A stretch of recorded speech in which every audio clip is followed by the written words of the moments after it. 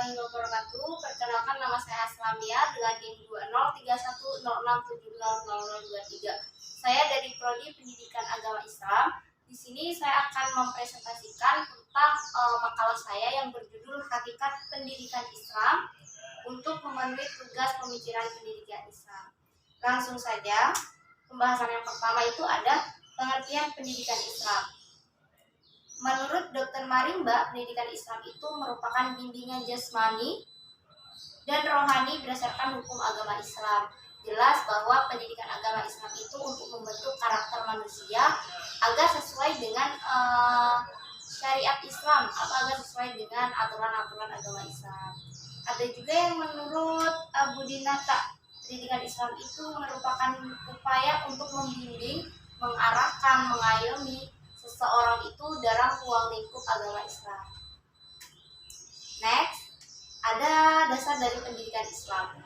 Nah, kalau dalam penjelasan kali ini, dasar pendidikan agama Islam itu identik dengan Al-Quran dan Al-Hadis. Jelas bahwa Al-Quran dan Al-Hadis itu tidak bisa saling dipisahkan, karena keduanya itu memiliki keterkaitan atau kesinambungan. Al-Quran tidak bisa berdiri sendiri tanpa hadis, dan sebaliknya, hadis juga tidak bisa berdiri sendiri tanpa Al-Quran.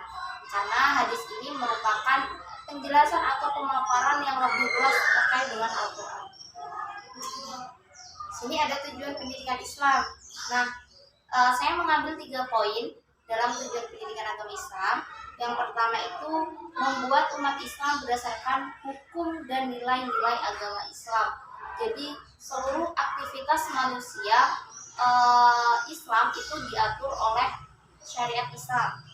Lalu menurut Al-Ghazali, pendidikan Islam itu bertujuan untuk kesempurnaan manusia dunia dan akhirat. Karena menurut Al-Ghazali ini, umat Islam ini hidup di dunia hanyalah sementara. Jadi mereka harus berpendidikan, mereka harus menuntut ilmu guna untuk kesiapan hidup di akhirat.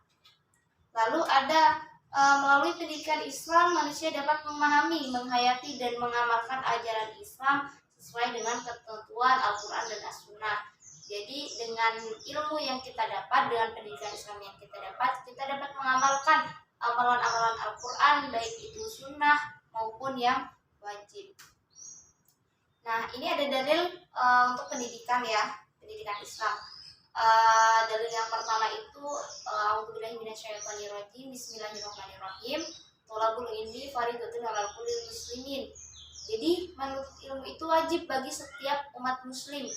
Menuntut ilmu itu wajib bagi semua orang.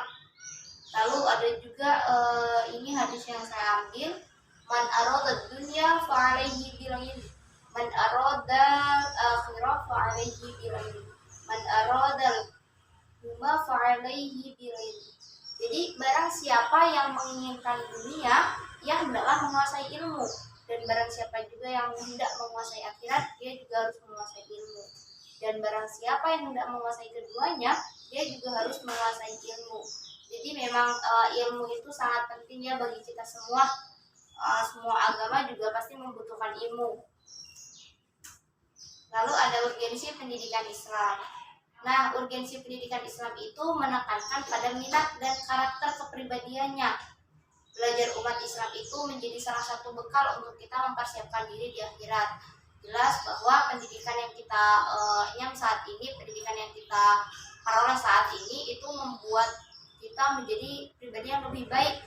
Gunanya seperti itu, supaya kelak di kehidupan akhirat itu kita mempunyai bekal amalan untuk dipertanggungjawabkan. Wilayah pendidikan Islam. Nah, di pendidikan Islam itu mencakup semua aspek ya, baik dari tujuan pendidikan Islam itu, yaitu untuk mencerdaskan, mengayomi kehidupan masyarakat, khususnya dari umat Islam sendiri ya. Dia juga berkaitan dengan pendidik, guru, dan peserta didik mahasiswanya, baik pendidik yang mentransfer pendidikan agama Islam kepada siswa, dan siswa yang menerima transfer ilmu dari seorang pendidik.